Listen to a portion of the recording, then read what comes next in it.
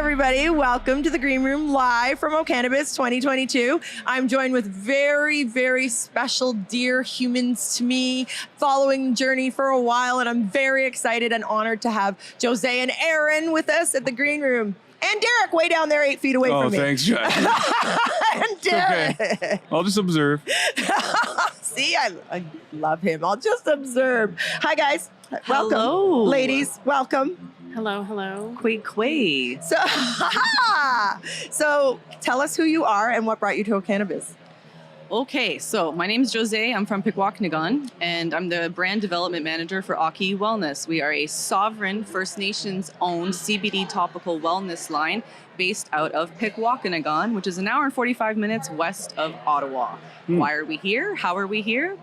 I will share very quickly but sincerely that in 2020, in October, I was just Googling around to try to see what kind of conferences that were related to cannabis and hemp were around, because the Indigenous Cannabis and Hemp Conference kind of disappeared.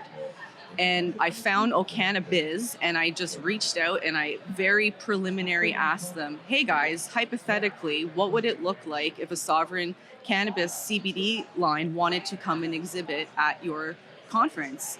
And it wasn't, yeah, sure, let's do it. It was, let's unpack this. But that's fair, right? Okay. And so from there started a really good engagement where Erin and I were able to do a podcast in December 2020, and I'll let Erin share some about that. Thanks. I'll also introduce myself. So my name is Erin Bell. I am from Old Maston, Haida, but I live 2 hours north of Ottawa.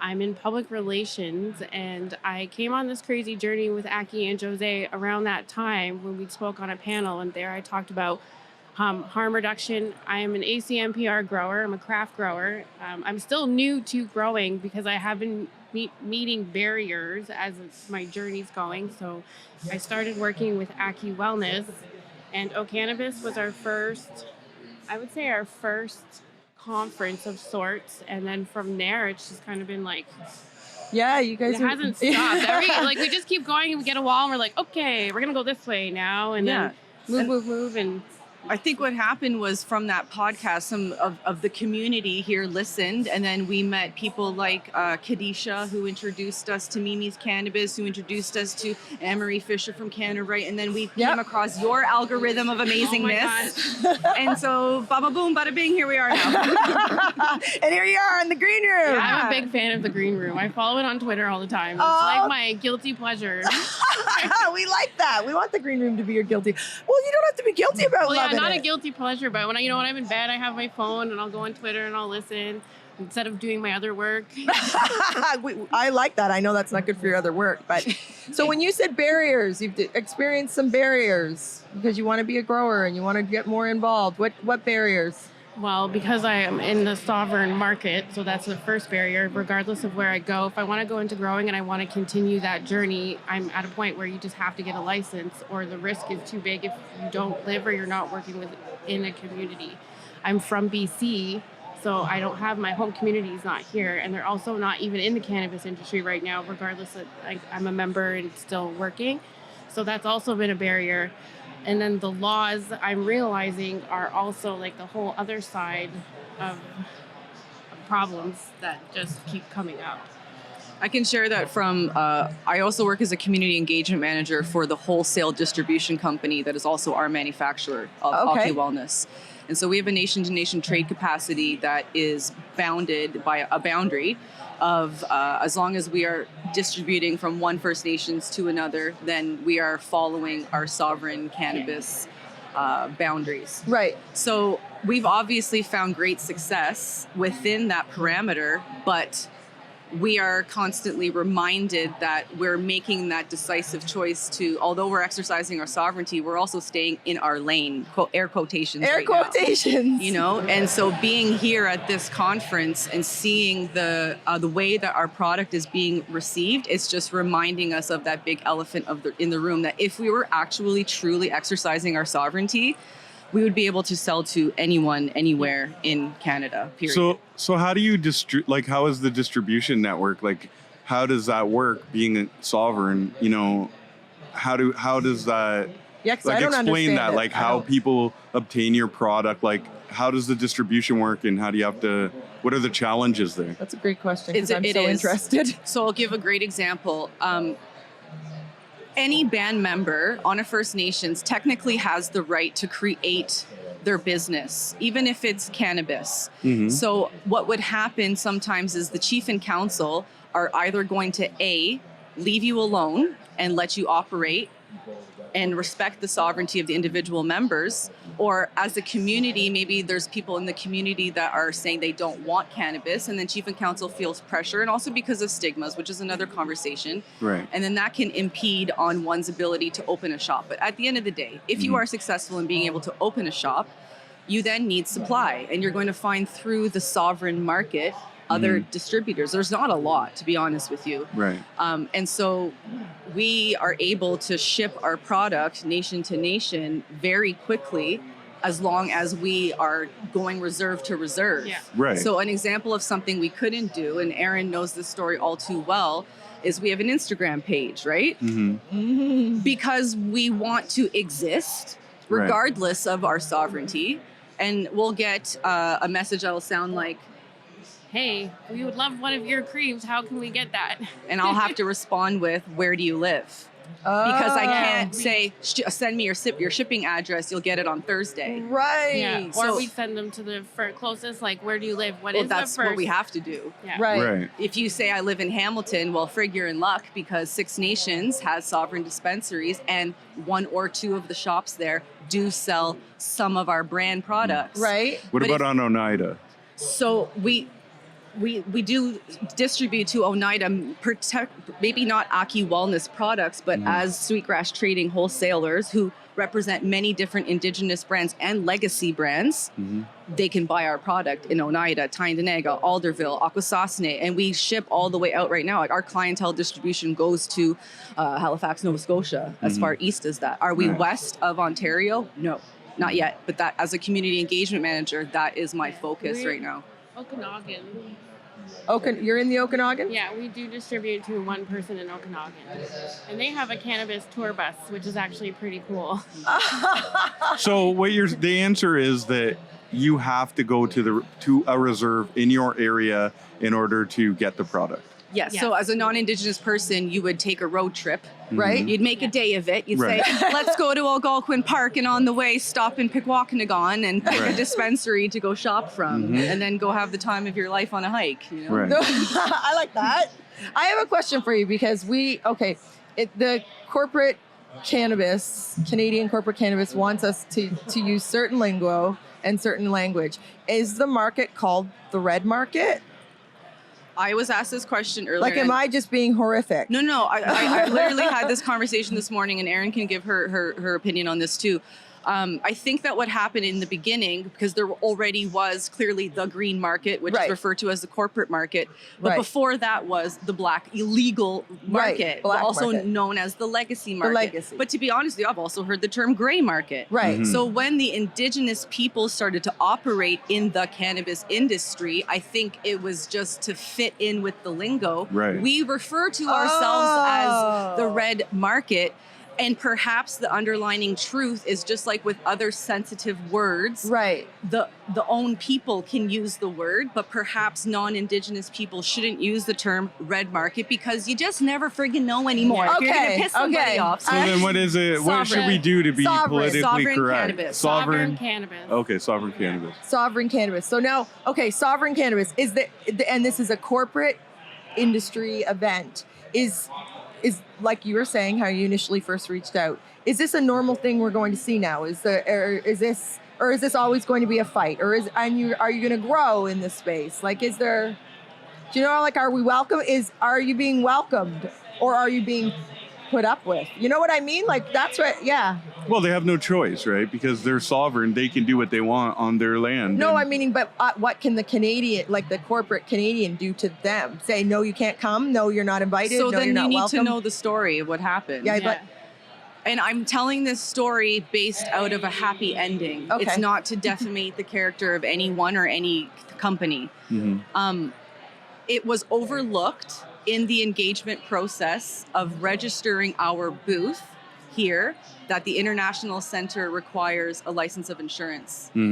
Okay. So that came up through an exchange of emails at the 10th hour, the 12th hour. Yeah, exactly. They did not communicate it well, and that happened to us too. They knew from October 2020, when I originally was engaging with them, that they were originally using this venue. Right. So through that unpacking of how does a sovereign company exhibit at your show, that is something that unfortunately didn't get pieced together. So what that meant was, in the end, we were faced with, well, you gotta have it. Yeah, but that happened to everybody. Really? Yeah. And I wouldn't know that. I know just because it happened to us. Happened to them. So the nucleus of this story is that obviously we're like, well, we are not going to be able to obtain that because we're not a registered business to obtain a license. And you're going against what the definition of sovereignty is. This is crazy. Right. But it's not actually the conference. It's the actual international center. Exactly. So we were expecting it was going to be, well, you know what, either too bad, so sad. Hopefully you're still going to show up and present. Right. Or we were going to ask for our money back. What we weren't expecting was the International Trade Center to say, it's okay. We will respect and honor the fact that they are a sovereign company and that they are not selling anything here. That was the agreement, because we can't push our situation too much to alienate people, right? We have to be diplomatic too in certain areas. Sure. So we were just shocked that the International Center in one email was like, yeah, you know what, it's fine. So this had a happy ending. It had a happy ending, and that's reconciliation. Right? You're taking a reconciliation. Yeah, that was, which you don't see. You hear a lot of talk and not a lot of action. But, I can say that is not something in the cannabis industry. That's just in business in general. Fair. We're doing a conference June 15th and 16th with Western Fair District in London, Ontario. And we don't require insurance certificates, but Western Fair District, being the venue, does. And it's not, that's whether you're doing a poultry show, wine and cheese show, or a cannabis show. So I get what you're saying, but it's just kind of, so, good on the International Center for doing that. But I wouldn't say that it's a cannabis thing or that they're targeting you. But great that they, stepped up to the plate and made it happen. Yeah, and your original question was, do we think that we're going to see this more here? And what do you think, Erin? I mean, I hope so. I will say that I did see promotions for the Indigenous Cannabis Cup in this space, and that was it was a nice, pleasant surprise to see. I wasn't expecting Shout out Jamie. I wasn't Tyndanaga, and it's July 30th and 31st. The other thing I can add to this is we've been approached very intentionally and sincerely by multiple people who have single-handedly made a point to tell us, you're changing stuff by being here. Everybody's talking about you guys. Everyone is wondering who you are, and hopefully you're able to find what fits best for you. And I was also given some very valuable personal advice by give people a few minutes to absorb what you're unpacking. Sharing. Yeah, it's like right. I get that too. I get emotional and passionate about it, and I hear the passion. What panels were you on, and what were you speaking on? So I was on a craft growing cannabis panel, and then we had our AKI Wellness presentation this past weekend. Well, it's not even a weekend. It's been so busy. I feel like it was a weekend. It does. This past week. Just this week, yes. And, excuse me. 2:15, I'm speaking on a panel for the how retailers and organizers are tackling the illicit market, which will be a very interesting topic. Yes, and then this morning I was invited with the Canadian Women of Cannabis to do the diversity breakfast panel discussion. Nice. So let me ask you a question. Illicit market, right? Not all illicit market is sovereign. So it's kind of, you know what I mean? So how do you fall on that? Which is what's going to be unpacked for sure on this panel discussion, because in the pre-call, you know how you do your pre-Zooms to get ready? We don't do that. Fair enough. But when this happened... We just do it live. When they introduced the title, I was supposed to be the first one to just share my feedback. And I said, well, I have a problem with this title, but although I get why it's written this way, hopefully there's going to be conversation about those different, I call them tree branches. Right. Because even within the legacy market, there's many different situations and brands Absolutely. to unpack in that. And some of them do come from, I don't know what other terminology to use, but like the black market, biker gangs, gangs, you know what I mean? But not everybody. You still have The sovereign market is totally different. Like, and you guys have a right to do that, but there's other people who are just breaking the law, let's say. It would be like as if you guys have framework in the sovereign market and then someone from there doesn't want to abide by the rules, that they would be looked at different than the people who are. And that does cause issues. System, right? You're absolutely right. And that's where not having a bylaw kind of is that low-hanging fruit, And so I can just say this now, like my community of Pikwakanagan, we're in our 5th operational year of cannabis, obviously past July, because we started early. We didn't wait till October 2018. So I guess I just lost my train of thought. Because we started early. You were talking about that you guys started in 5 years ago. You started your journey. We're in our 5th operational year now. So that's a marker of a growing success. That's thriving. Yes, yeah, and we can just keep growing. That's amazing. That's really, and I mean, hopefully we see more of this. And was there other sovereign businesses here? Was there other? I don't know about exhibiting. I haven't had a chance to look around, but I will say that when we did our presentation yesterday, there were 2 people with Legacy 420 shirts. Oh, yeah. So they were intentionally coming to support us and listen in and learn what we're doing. How can we at the Green Room and Cannabis Wiki, how do we amplify your voices and your messages better? How do we support better? Like my stupid question, the red market. Like I hope I didn't hurt feelings that's or a harm. very important Like question. these are, I don't want to sit in the sidelines scared to open my mouth. I want to make sure I'm saying kind and helpful things and not, So can you tell us how we can help?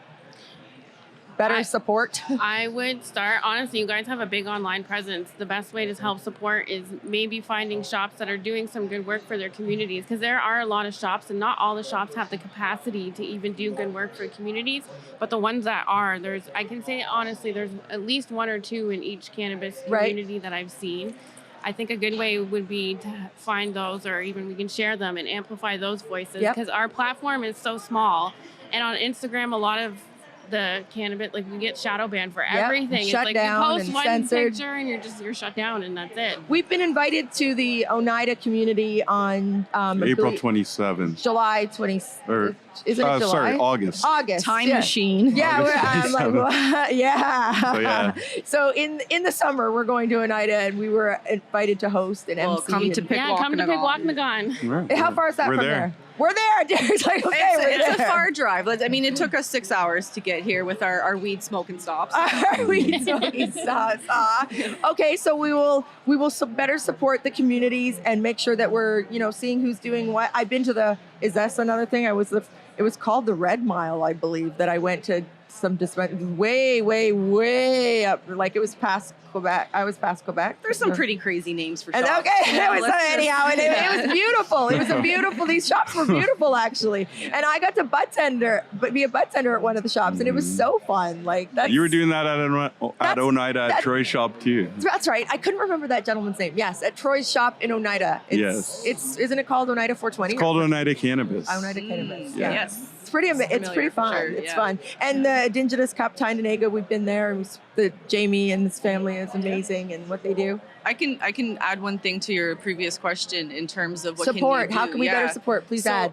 We are always unpacking like that different barrier between our sovereignty being respected and recognized on the exterior, but there are still internal issues in our communities, and those stigmas are so defamating to the progress internally. There's a huge disconnect between being able to share education information to our immediate members, because there's roadblocks between who works in the communication department and health center, and we have to get chief and council to pass this, and then they don't want to answer your emails for 3 months, because there's COVID and there's a land claim. I could go on and on and on of the internal bullshit, really, like fucking free talk, finally.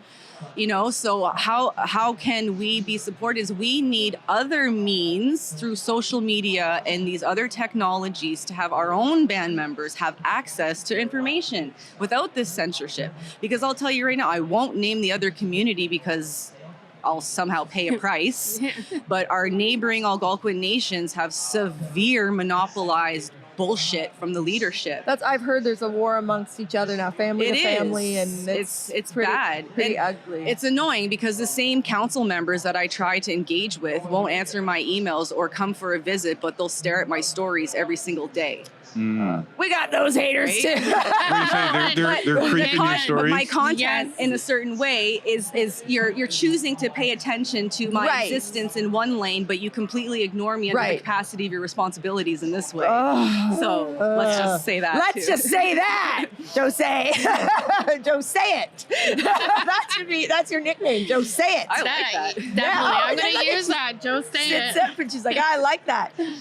Oh well, Derek. I mean, we've been supporting. Oh yeah, is that a little? Deep breath. Do you have a calm, deep back to center thing that you ladies do? Oh, There's man. something because Derek and I could use I need it. some help with that.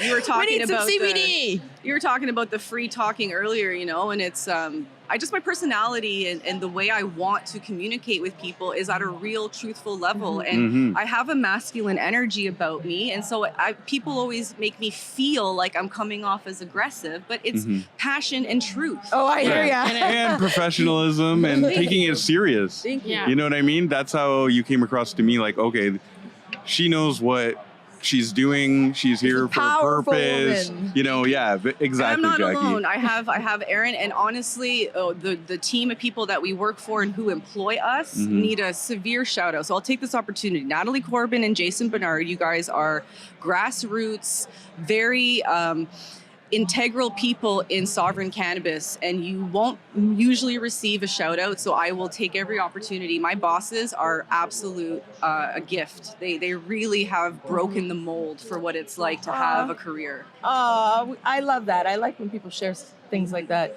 Derek's a gift. It just keeps on. With a really good radio voice, both of you. Well, Derek has a phenomenal radio voice, but he is a gift, all right. A bowl of peaches. Here we go. There we Peach go. cobbler. Peach cobbler. Can you tell people where we can find you on your socials? At AKI.Wellness, AKI.Wellness. And I'll just say quickly, AKI is the Algonquin word for land. So we believe that by providing people with CBD wellness products and using the most eco-friendly packaging possible, we're going to bring that balance back to the people and the land. Happy people, happy land, AKI Wellness. Land Ooh, wellness. I love that. Beautiful. We're getting a lot of consultation approaches from people that are like, hey, I think I have an idea of how you can do this and that and this. And so we are exploring those ideas. Anything Yeah, is I like it. possible. Yeah. Anything is possible. Where there's a will, there's a way. And we have Says hope. Jackie Child's Says way. Jackie Child's way. You guys, I'm just getting goosebumpy, and I'm thank you for joining us, and thank you for talking to us. inviting. Derek, you got any more questions down there? I mean, I have a million questions. See, I do too. Like, because I'm so I don't confused with I have stuff. a million questions. I We have love a million to too. conversate. We'll have Yeah, to, like, we'll you have know, to have like- you back again. How about this one? Absolutely. Okay. So is there, I've heard stories of people like, just coming out to the sovereign land, knocking on doors, hey, this, that, blah, blah, blah. And, is there people like how is it, how is the community in that, like thinking, like, I don't know how to phrase it. Are you asking about the white man from the outside coming in Okay, and selling Jackie, thank shit? you. Is that what we're asking? That's what I'm asking. Say it, Okay, Derek. Jackie, thank you. Like, yeah. What he's meaning is, Not supposed to hold anything back. there you Right. go. Okay, thank you, I'll Jackie. answer this, and this is like a black and white answer. Okay. There's an unspoken bylaw on the reserve that if someone were to partner with a white person, Right. that they cannot be the sole proprietor or the larger owner of the Shareholder, business. so it's Yeah. got to be 51. Yeah, exactly. Okay. There really are not, I cannot say that there's one in particular that I do know perhaps has that kind of partnership, but as of today, there are not any known forward-facing partnerships like that, and we ourselves at Sweetgrass Trading are 100% owned by Jason Bernard, who is Algonquin of Pikwakanagan band member. That's awesome. Yeah, like I'm even just like to the stores too, like dropping off packs, that sort of thing. Like, I see that it's like moving in a better direction. better direction. Yeah. just like our conference, June 15th and 16th in London. Better direction. I just had to throw that in there. Thank you so much for joining us, guys, Thank on the you. Green Room at Should be Cannabis much. 2022. Yee. Boom. Boom.